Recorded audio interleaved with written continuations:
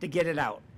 The word at do, Mayor, to do this mural here because we want to send that This is something that we are definitely in support of. America so far.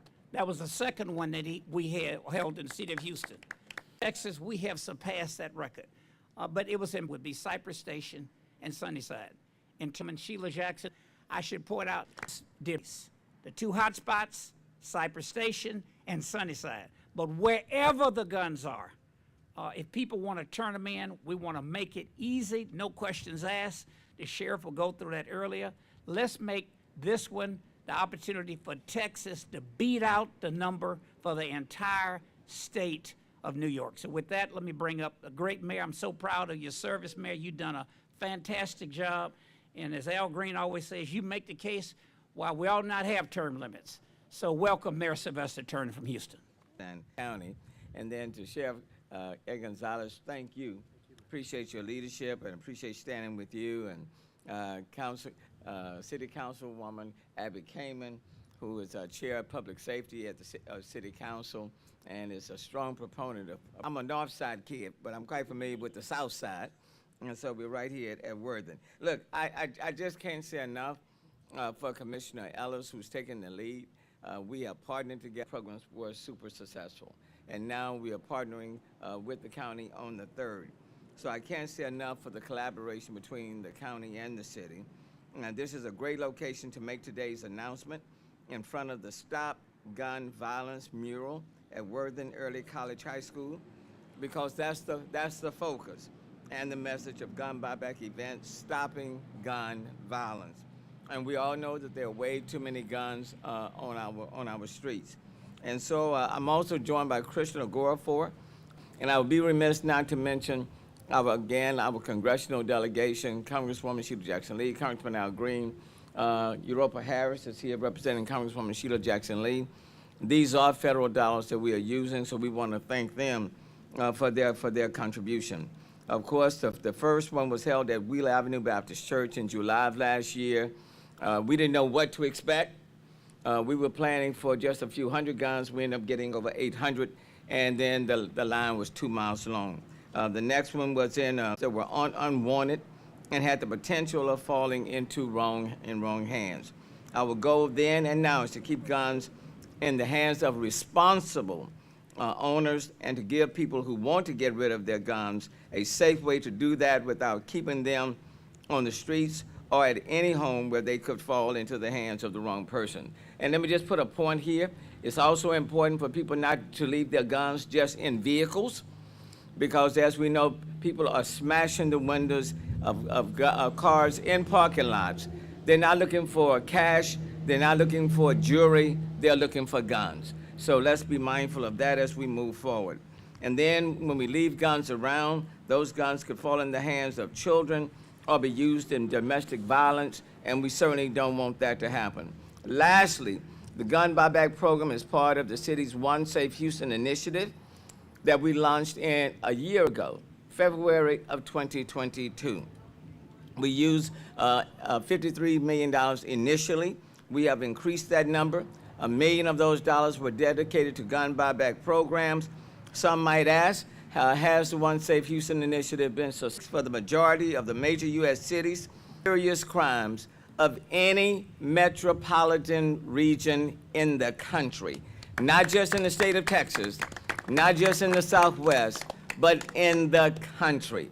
And when you look at the numbers, if you all can recall last year about this time, people were saying Houston was the murder capital of the world and leading and on gun buyback initiatives. So I'm looking forward to joining with the county, with the commissioner, with the sheriff, with our council members and others on February the 18th at 8 a.m.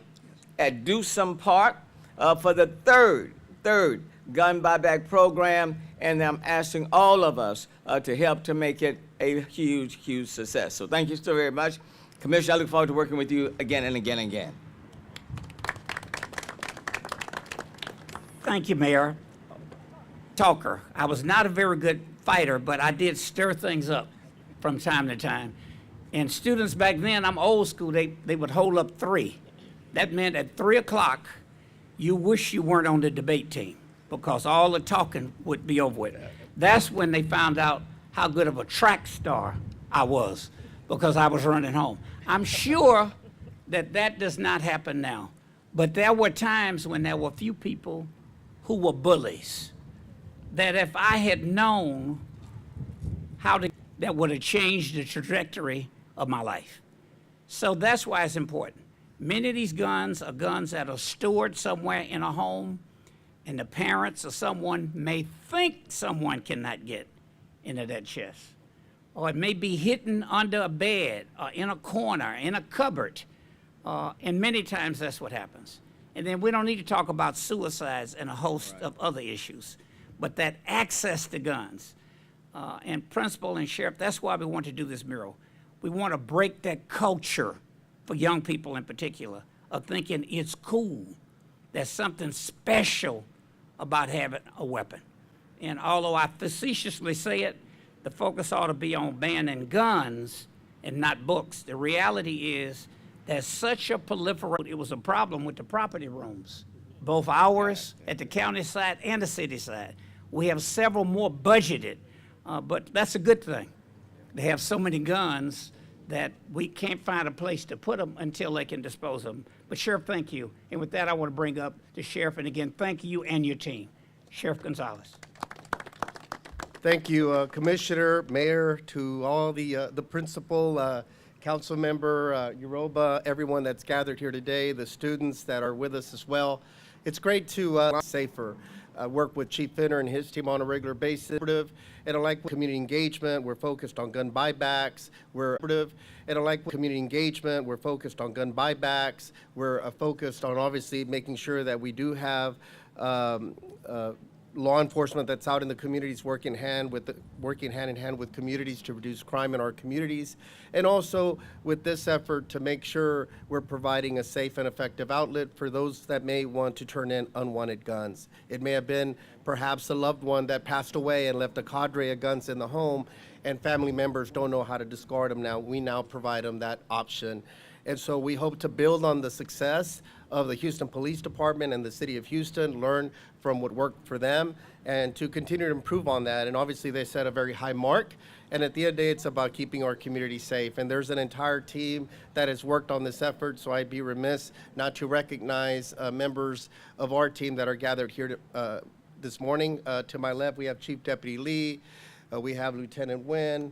Yes, thank you so much. We have Sergeant White and his team over here, Major Shelton, Assistant Chief Nguyen, as well as Deputies Moreno and Escobar, and I think those are the ones that are here today. But we look forward to joining Commissioner Ellis. Thank you for leading on this effort and execute this, and we have to try to make sure that we let people know about this option for them. We have a very large region, and maybe people that are spreading awareness.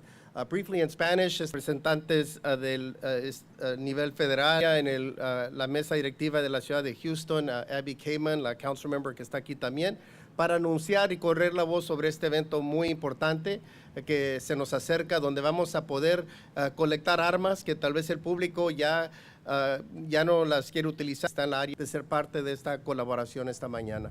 Thank you so much, Commissioner. Thank you, Sheriff. Did a great job. Thank God for that shade. So with that, I think that was an omen that we could let the Chair of the Council of Public Safety speak. We are seeing unprecedented partnerships in our sincere appreciation, because firearms for children between the ages of 5 and 14 with gun-owning parents, roughly 3 in 4 children know where their firearms are stored, and roughly 1 in 5 have actually handled that firearm without their parents' knowledge. And these statistics are important because, again, gun buybacks are specifically to assist people who no longer want firearms in their homes. We're providing a safe way for them to dispose of them so that they do not end up in the wrong. Thank you and your team, to all of our law enforcement partners, but Commissioner Ellis, for you taking up the torch to continue the important work. I said it wrong, but streets are quite dangerous with all the gun violence and stuff. A lot of times some stuff could happen at school, and then people would threaten to shoot the school or something, so then we'll have to go on lockdown. And I'm honestly kind of happy that the guns are getting taken off of the streets, so we don't have to worry as much as we normally would about gun violence and stuff happening within the schools, or if we leave school. You did well. Wonderful. Thank you, thank you. Thank you, thank you, thank you. Hey, I love that. You know, they say the number one fear most people have is public speaking, and I didn't tell until I looked back there and saw those students and thinking she ought to speak. We'll take some questions on this subject. Anybody? Quite a bit. That we're not going. Did you, Sheriff, think of anything else? And then we discovered we needed more lines and more people, more staff, because the first one we didn't know how many. We thought a few hundred, but the lines were long. So no ghost guns, and more lines, more staffing. Just briefly, Sergeant White's been on top of this for us. One of the things is we're just trying to build some effectiveness in our process, the collection process, so that way a lot of it isn't necessarily done at the point of where the exchange is being conducted. It'll happen more behind, so that way we're not slowing down the lines as much. So it's more. To tell us, I mean, we're learning as we go. We called around. Look, I want to thank my staff. They did a lot of work on this as well. It's a great park, by the way. There are things, true. I don't. You got our numbers? Give our numbers? You got our numbers? Come on up, don't be bashful. Our dollar amounts. Yeah, Lee, don't be bashful. Come on up. You all are the experts on the numbers. Hello. So we're looking at the lowest denomination is $50, and the highest denomination is going to be $200. So 50, 100, and 150, and 200, depending on the weapon. If it's And I know that we're doing some ads, you know, so it'll be in the. reward for illegal guns that were being, obviously, it would be a tip, and YPD would take that tip, and they would say, hey, if they come across that illegal gun, it'd be a $1,000 reward. Has any thoughts about, in the research that your staff has done, has there been any? We're not going to try that with this one, but it'll be something to take into consideration. I know we have, I think the number was 5. If Mary, am I right? Was it 5 we budgeted for between the two of us? Million. It's a total of $1 million. Yeah, a total of $1 million we're going to spend, but it's a total of 5. Depends on how many. That's right. It depends on how many guns we get. But I may try to work that into it. And the other thing on that is, how many of the guns in the original 2 gun buybacks were actually illegal guns? Because that's a huge issue with the violence. How many of them were own guns that people were saying, we don't want them anymore? Sheriff, you and Mike know? Mike Lee, you know? We have that, and Details, I don't ask and they don't tell, but they will handle it. Law enforcement does that. Councilmember Shabazz joined us as well. Thank you for being with us. Mencionaba de que Oh, in Spanish. los números ¿Nos puede hablar un poco de esto, por favor? No, le decimos también al público esta violencia. Esto es algo que siempre, pero locations were the access to and from and logistics and all that. So those were more determined based on those factors. In terms of the results right after with HPD, I think Okafor is working on that with the city of Houston. I don't have the answer for the direct results of what Houston police and the city, the ones that happened in the city. So the focus on buyback, since maybe Lee Brown was, remember what Lee Brown was. I just remember him being there. So it was new to us. The day when we picked Will Avenue Church, they also had a service. We went to, you got me? So that's why we picked that park. My staff will check and tell me if my math is right. I think we were at least matching what the city spent. But so we'll see how it goes, and you know, and then when we pick another location, we'll take that into account. Sure. And Sergeant White was. Compared to 2019, the same report showed homicide numbers are still 145 higher. In 2019, there was 3,000 more ag assaults compared to 3 years ago. So between these gun buybacks, the stores having the surveillance camera, the One Safe Houston, is it working? You know, you're still high above 2019 numbers. Abby? No, Councilmember first. Yeah. Hello, I'm Councilmember Carolyn Evans Shabazz, the Councilmember for District D, the District of Destination. Certainly, and so one whose life was preserved.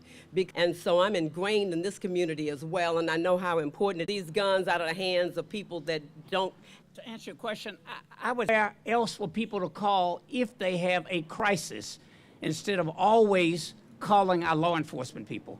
But it's an all of the above approach, everything we can put in the basket. All right, thank you.